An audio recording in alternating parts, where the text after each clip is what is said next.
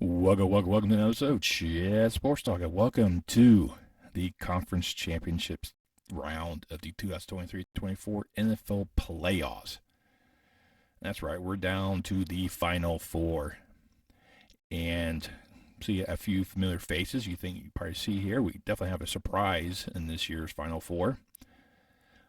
I'll kind of give my tidbits and predictions of the games coming up. I'll also give you quick synopsis of what happened last week, in case you all forgot. I'm sure many of you haven't.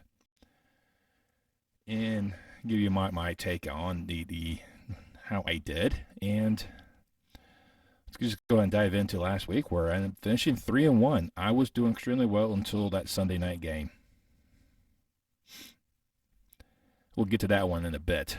Let's go kick things off in Baltimore. I knew he was going to make this a game early. They tied it. It was tied heading in the half, 10-10. C.J. Stroud just looked phenomenal. He didn't throw any interceptions. The defense was trying to find ways to kind of corral him, so he didn't really have a huge passing effort. He only had 175 yards in the air. But because Houston's defense could not stop Lamar Jackson running, Lamar had over 100 yards, 2 touchdowns. The quarterback for the Baltimore Ravens had 100 yards. That was more than enough. As Baltimore just rolled ahead 34-10 to continue their push and to possibly get back into the Super Bowl. Then we head out to Santa Clara with a 4-0 take on the Packers. Modern day era, these two guys always battled it out. And this one I actually called for it to be a close matchup, and it definitely was. Green Bay came to play. The 49ers had a hard time kind of stopping the run that Green Bay was doing. Aaron Jones was having a great game. I mean, he had over 100 yards rushing, but he had no times in the end zone. McCaffrey ended up having 2 touchdowns in this game. There was a point in time which Brock Purdy just looked terrible. Then he got going. The thing that's going to probably hurt San Francisco moving forward is the fact that Debo Samuel is out, more than likely. This definitely will hurt San Francisco. When he was out earlier this year, and that's when they were on a 3-game slide because he wasn't playing. That's one key aspect in there. But Brock Purdy is a competent quarterback. He's not flashy. Having Christian McCaffrey in the backfield definitely helps out. Ayuk's another key aspect. George Kittle. So there's enough weapons on this team to continue on. But in this game, they did struggle. They had to use every aspect. And it was a mistake throw by Jordan Love going cross-body across the field that led to the game-ending interception. That's how this game ended. As the 49ers escaped the upset bid by Green Bay 24-21 to move on to their third straight conference championship game. Then up to Detroit, the 2 surprise teams, the Buccaneers and Lions. I figured this will also be close, just because how the Bucs have been playing. And no surprise. Baker, almost 350 yards passing, 3 touchdowns, 2 picks, 1 very costly. And Jared Goff, he had 2 touchdowns himself in the air. And it's just a good back-and-forth matchup. I thought it would be a little bit lower scoring than it actually was. I mean, 54 points, I thought it would be a little bit lower. I thought it would be closer to 40 at the highest. But these guys definitely balanced each other out quite nicely. The running attacks by both teams did extremely well. I think Baker had more stats, but Goff was more efficient. And that's what you have to be, just efficient. There's enough talent on this Detroit team, especially on the defensive side, to keep them in games. And that's what it was. It was a 4th quarter interception late that sealed the deal, sending the Detroit Lions back to the NFC Championship game. First time since 1991. It has been that long since Detroit's been there. Remember, Detroit's one of the few franchises who have yet to be to a Super Bowl. They have an NFL championship. That was before the Super Bowl era.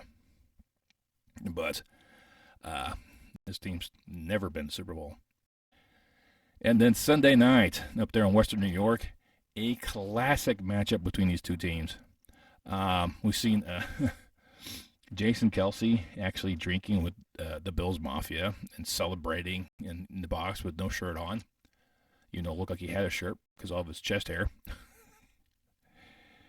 He just had his time in his life supporting his brother. So kudos to him. This game did not disappoint. Both teams came out firing. The defenses had schemes in place to try to counter Mahomes and Allen. That fell apart later. Pacquiao was being a very efficient runner for the Chiefs, almost 100 yards rushing with a touchdown.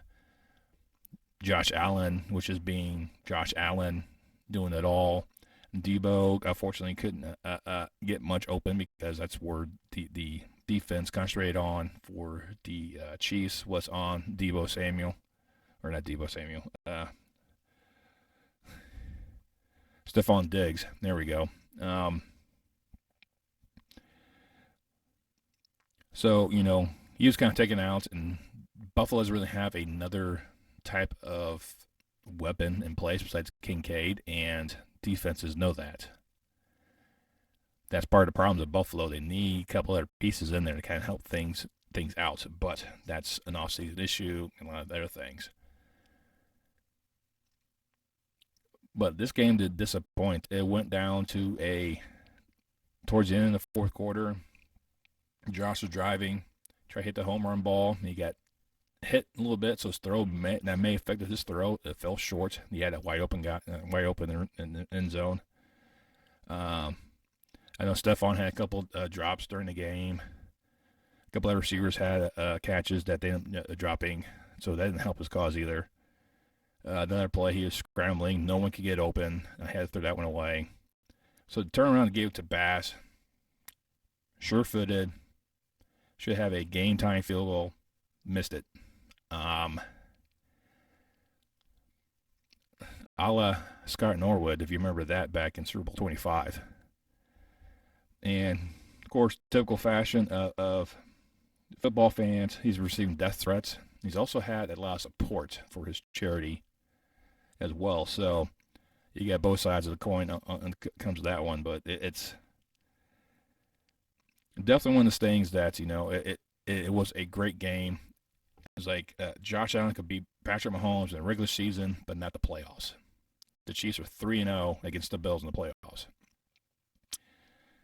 6th straight AFC Championship game. First time as the road team. And that was my only loss. So now we head off into championship weekend. It's quite easy. You only have 2 games in the docket, both on Sunday, late afternoon, and a little bit, a little prime time action. And like I said, these are teams I don't think no one really doubted being here. The Chiefs and Ravens, I don't think no one doubted their capability. I mean, the Chiefs had a stretch of games where you were questioning whether they'll make the playoffs. But, once you're in the dance, it's a whole different animal. The Chiefs are totally different when it comes to playoff ability. And then you had the Lions and 49ers. Who saw that one? I mean, the 49ers, I think everyone had on their bingo card, but no one had the Lions. I mean, maybe die-hard Lions fans.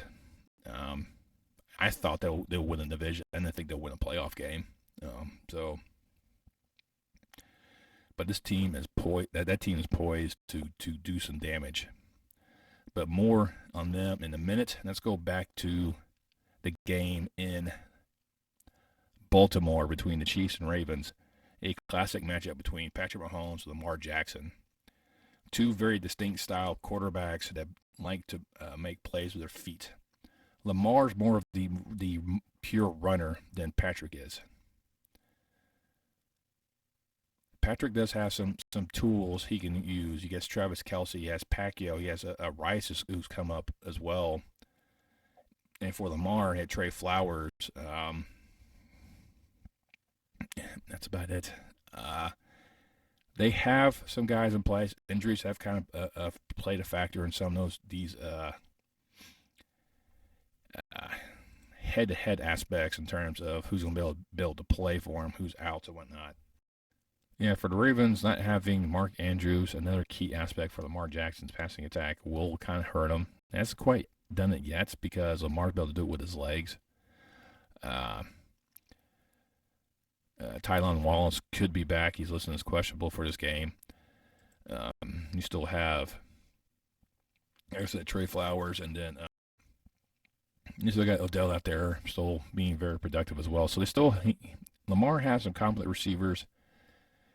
See the Chiefs, a defense secondary can handle that one. Can the Chiefs defensive front handle Lamar Jackson? Can they contain him? More likely not. For Baltimore, it's Roquan Smith being the lead charge. The injuries on the Chiefs' offensive line right now, you have Morris and Thuney. They're both questionable for the game. Kadarius Toney is also questionable, another receiver. It's been kind of hit and miss recently. But these are definitely things, which quarterback do you take? Do you take the I think it's going to be the MVP of the league, Lamar Jackson? Or do you take the modern day GOAT? I mean, I hate to throw that terminology, but look what the Chiefs have done. 6 straight AFC championship games. They've been to 3 Super Bowls, taken 2 of them. So, and it's early in Mahomes' career.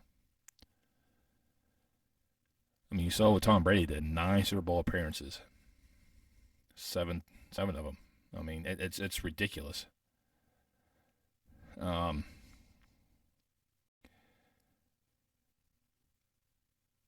But who do you go against?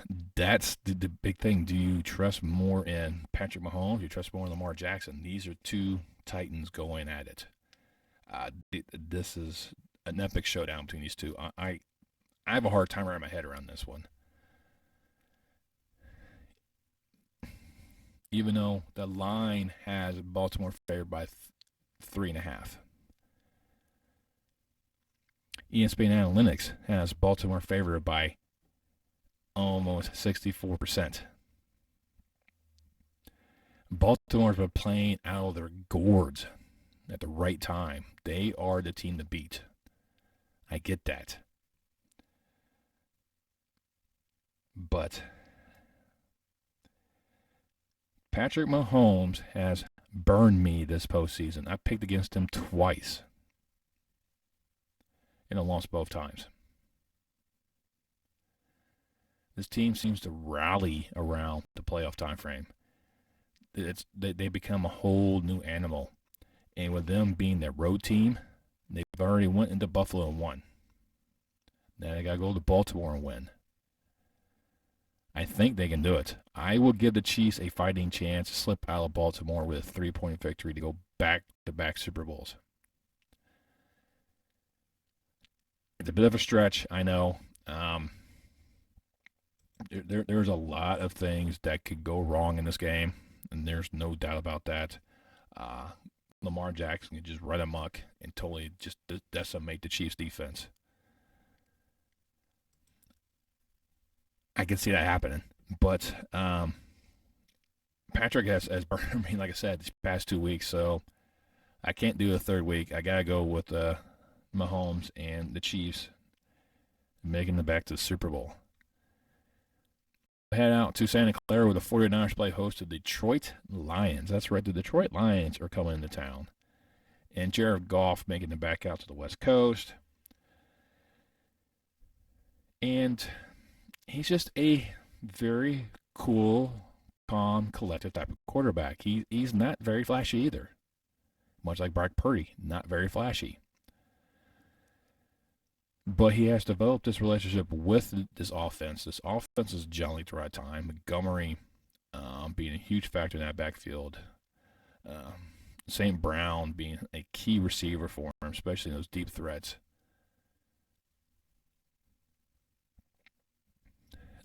The only real injury I think is going to be causing issues is possibly Debo Samuel. Right now he is questionable for this game. And we've seen what happens when Debo's not there. Like I said, when the 49ers went that 3-game losing streak, there was no Debo Samuel. This Detroit Lions team is going to feast on Brock Purdy. There is no question about that. Aiden Hudson is just a phenomenal athlete on that line, and he's going to find ways to get in that backfield. If they could try to counter the aggressiveness of the Detroit front with an effective running game and short passing game, this should help alleviate and help protect Brock Purdy, which I think they will. I mean, this system can easily adjust and play those games. But can they do that without Debo? They should be able to. Can the 49ers defense counter the Lions and their running attack? They saw that was a huge letdown against Green Bay. I think this will be a close game between these two. So right now, Vegas has the 49ers favored by 7. No. It's definitely going to be lower than that. I think it's going to be another close matchup between these two. I do not see the Lions coming out of this making the first trip to the Super Bowl. I don't. I think they're close. I think they really are. Right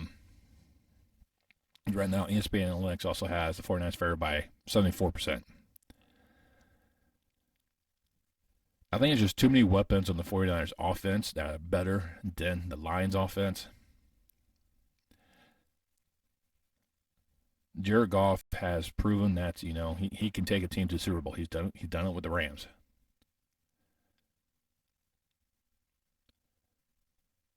Brock has yet to do that, but he has proven himself that, last year's performance, he was injured. So that's why, things didn't go the way they wanted to.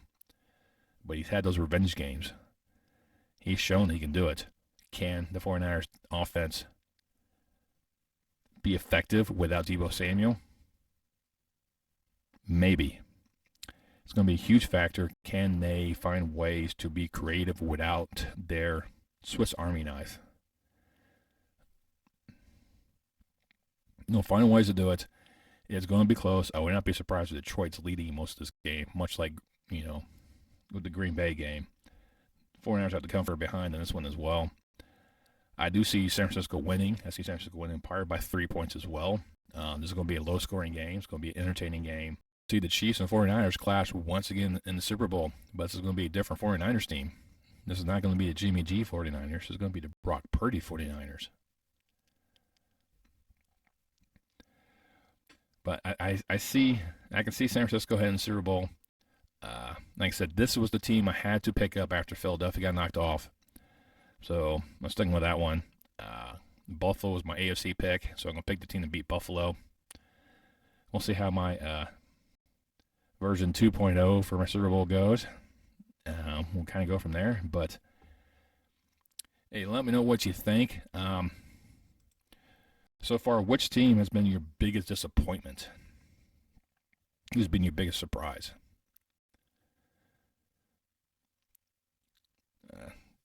Disappointment, big surprise I think for me is Houston and how well Houston has performed.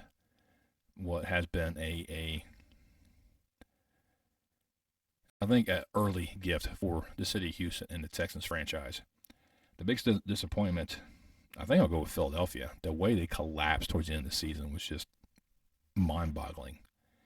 That they had everything pretty much, they were like the perennial favorites to win it all, and then it just collapsed. I mean, some people are going to say Dallas, but this is Dallas' MO to always choke in the playoffs. It's been doing that ever since Aikman left. But,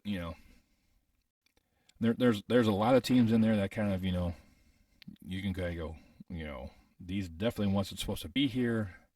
A lot of teams you expect to be there weren't, like Cincinnati, the Chargers. Yeah.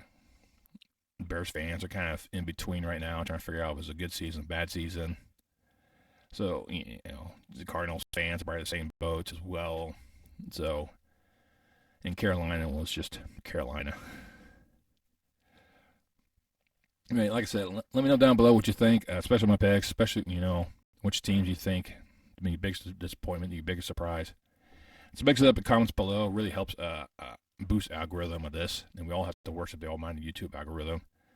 By this, it determines who sees what and how often my face gets plastered on everyone's homepage. But if you're here in the end, you like my content, you like what I do, go ahead, hit that thumbs up. It really helps me a lot. Another thing you can do, something that doesn't cost you absolutely nothing, and over 90% of you guys are not doing it, is subscribing. Doesn't cost you anything. You just hit that subscribe button, click that bell icon, turn on notifications, let you know next time I post any more content on my channel. And I'll see you next time on Chat Sports Talk.